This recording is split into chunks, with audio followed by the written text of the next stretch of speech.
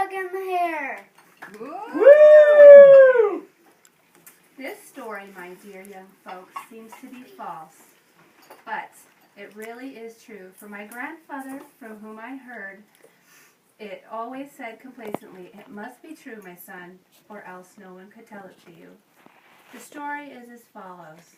One Sunday morning about harvest time, just as the buckwheat was in bloom, the sun was shining brightly in heaven, the east wind was blowing warmly over the stubble fields, the larks were singing in the air, the bees buzzing among the buckwheat, the people were all going in their Sunday clothes to church, and all creatures were happy, and the hedgehog was happy too. The hedgehog, however, was standing by his door with his arms akimbo, enjoying the morning breezes, and slowly trilling a little song to himself, which was neither better nor worse than the songs which hedgehogs are in the habit of singing on a blessed Sunday morning. While he was singing half aloud to himself, it suddenly occurred to him that, while his wife was washing and drying the children, he might very well take a walk into the field and see how his turnips were doing. The turnips were in fact close beside his house, and he and his family were accustomed to eating them, for which reason he looked upon them as his own. No sooner said than done.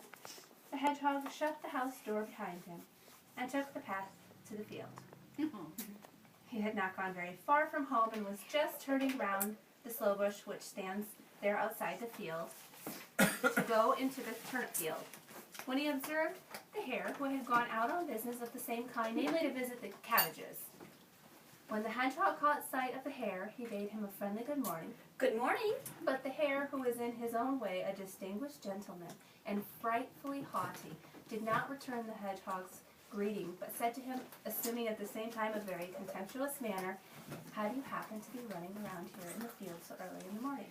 How do you happen to be running around here in the field so early in the morning? The hedgehog said, "I am taking a walk." I am taking a walk. The hare said, "A walk? It seems to me that you might use your legs for a better purpose." A walk? It seems to me you might use your legs for a better purpose. This answer made the hedgehog furiously angry, for he can bear anything but an attack on his legs, just because they are crooked by nature. So now the hedgehog said to the hare, "You seem to imagine that you can do more with your legs than I with mine." You seem to imagine that you can do more with your legs than I can with mine. The hare said, "That is just what I do think." That is just what I do think. "That can be put to the test," said the hedgehog. That can be put to the test. "I wager that if we run a race, I will outrun you."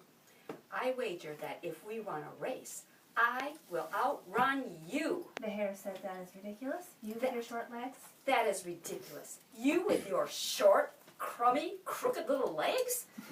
"But for my part, I am willing, if you have such a monstrous fancy for it." But for my part, I am willing, if you have such a monstrous fancy for "What it. shall we wager?" What shall we wager? The hedgehog said, "A golden Louis d'Or and a bottle of brandy." I know. A golden Louis d'Or and a bottle of brandy. Yo! Brandy. Got it, honey? Probably one of Grandma's head. Yep. The hare said, "Done. Shake hands on it. Done. Shake hands on it. And then we may as well come off at once." And then we may as well come off at once. Hedgehog says, "Nay, there's no such great hurry. There's no such big hurry. Still fasting, and I will go home first. I am still fasting, and I shall go home first. And have a little breakfast, and in a half hour we'll be back again at this place." I'll have a little breakfast, and in a half hour, I'll be back again at this place. Hereupon the hedgehog departed, for the hare was quite satisfied with this. On his way, the hedgehog thought to himself, "The hare relies on his long legs, but I will contrive to get the better of him. He may be a great man, but he is a very silly fellow, and he shall pay for what he has said." So when the hedgehog reached home, he said to his wife, "Wife, dress thyself quickly, thou must go out to the field with me." Wife, dress thyself quickly, thou must go out to the field with me. And the wife says, "What is going on then?" What is going on then? And the husband says, "I have made a wager with the hare for a golden Louis d'Or and a bottle of brandy." I have made a wager with the hare for a golden Louis d'Or and a bottle of brandy. I am to run a race with him, and thou must be present. I am to run a race with him, and thou must be present. And the wife says, Good heavens, husband, Good heavens, husband.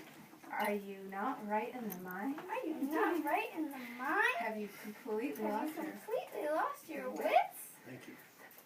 What can make you want to run a race What can with make the you hare? want to run a race with the hare?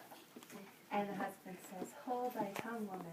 Hold thy tongue, woman. That's my affair.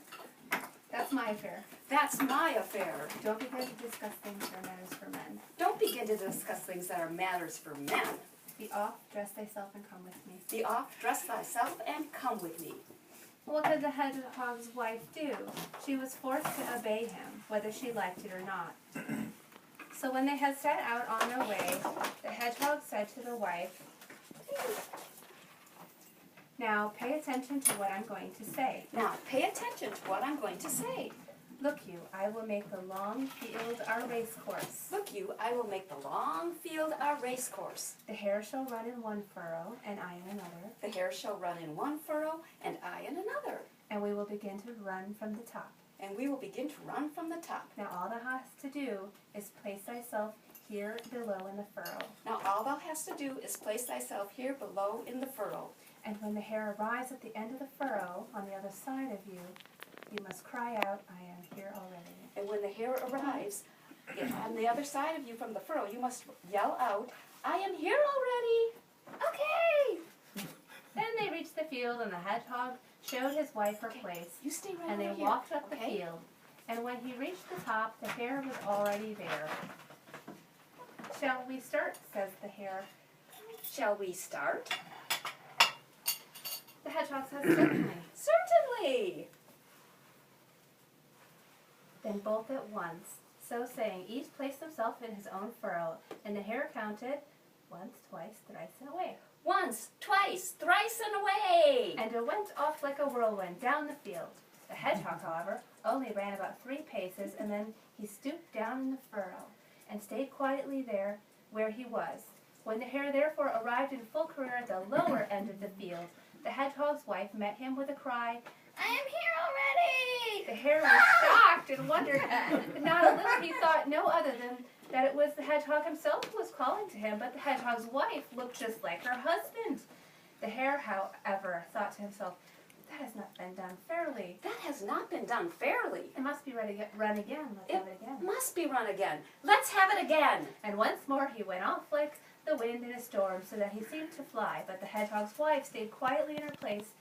So when the hare reached the top of the field, the hedgehog himself cried out to him, I'm here already! I'm here already! The hare, however, quite beside himself with anger, it must be run again, he says. It must be run again. It must be run again. All right. For my part, we'll run as often as you choose. So the hare ran 73 more times, and the hedgehog always held out against him. And every time the hare reached the eye of the top, I'm here already, I'm here already. I'm here already. I'm here already, I'm here already. And at I'm the here 74th time, however, the hare could no longer reach the end. In the middle of the field, he fell to the ground unconscious from exhaustion. But the hedgehog took the Louis d'Or, which he had won, and the bottle of... There you go. There you go. The hedgehog took the Louis d'Or, which he had won, and the bottle of brandy, called his wife out of the furrow, come on, and both went home together in great delight. And if they are not dead, they are living there still.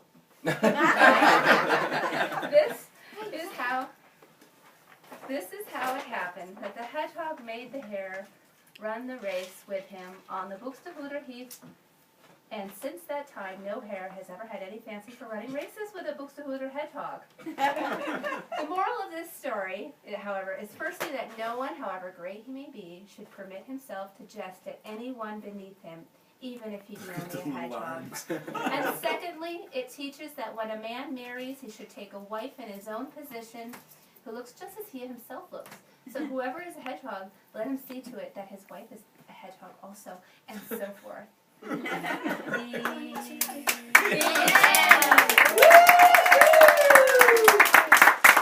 a thing! What a fantastic! Woo!